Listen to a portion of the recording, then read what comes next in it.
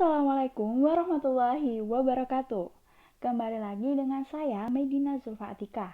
Di kesempatan kali ini saya akan membahas mengenai reksadana syariah. Reksadana syariah menurut Fatwa Dewan Syariah Nasional merupakan reksadana yang beroperasi menurut ketentuan dan prinsip-prinsip syariah Islam, baik dalam bentuk akad antara pemodal dan manajer investasi maupun antara manajer investasi dengan pengguna investasi. Tujuan dari reksadana syariah sendiri bukan semata-mata untuk mencari keuntungan, tetapi juga memiliki tanggung jawab sosial terhadap lingkungan, komitmen pada nilai-nilai religius meskipun tanpa harus mengabaikan kepentingan para investor. Dalil reksadana syariah. Perdamaian itu boleh antara orang-orang Islam kecuali perdamaian yang mengharamkan yang halal atau menghalalkan yang haram. Orang-orang Islam wajib memenuhi syarat-syarat yang mereka sepakati, kecuali syarat yang mengharamkan yang halal atau menghalalkan yang haram. Hadis riwayat Abu Daud, Ibnu Majah, dan Tirmizi dari Amr bin Auf.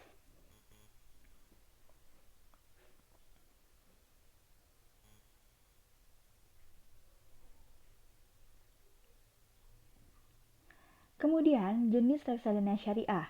Dikutip dari ojk.co.id, jenis reksadana syariah terdiri dari yang pertama reksadana syariah pasar uang, yang kedua ada reksadana syariah pendapatan tetap, yang ketiga reksadana syariah saham, keempat reksadana syariah campuran, kelima reksadana syariah terproteksi, keenam reksadana syariah indeks.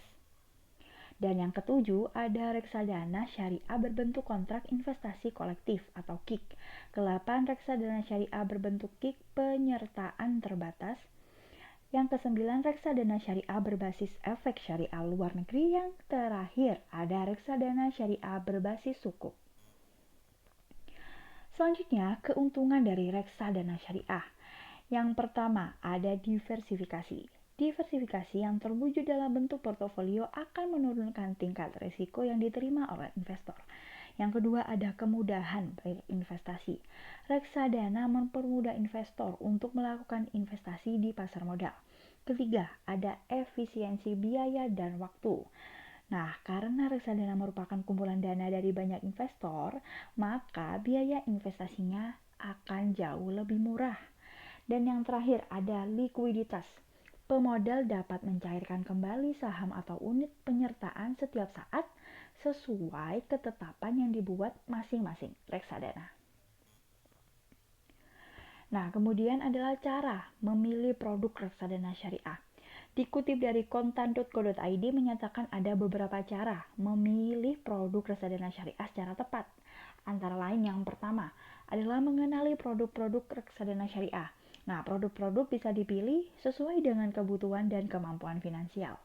Yang kedua, mengidentifikasi dan menetapkan jangka waktu investasi. Kapan uang yang akan diinvestasikan kelak akan dipakai. Yang ketiga, mempelajari produk reksadana syariah. Seperti siapa sih pengelolanya dan bagaimana kinerja reksadana tersebut. Keempat, memilih manajer investasi yang dapat dipercaya dengan cara memastikan manajer investasi memiliki reputasi dan rekam jejak yang baik.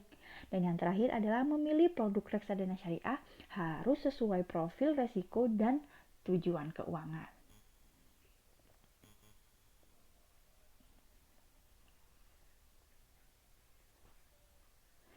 Nah, kemudian materi selanjutnya adalah di mana membeli reksadana syariah. Dikutip dari seputar forex.com berikut ini penyedia layanan jual beli reksadana online dengan dana terjangkau dan sudah mendapatkan izin dari otoritas jasa keuangan.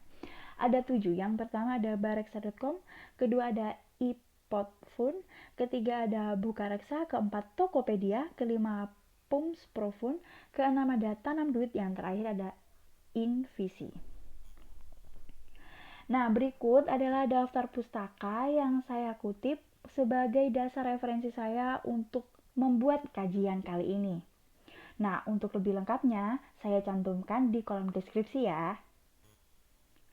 Oke, segitu saja pemaparan materi mengenai reksadana syariah yang bisa saya sampaikan. Saya mohon maaf apabila ada salah-salah kata dan yang kurang berkenan ya. Dan jangan lupa untuk meninggalkan kolom komentar. Terima kasih, semoga bermanfaat. Wassalamualaikum warahmatullahi wabarakatuh.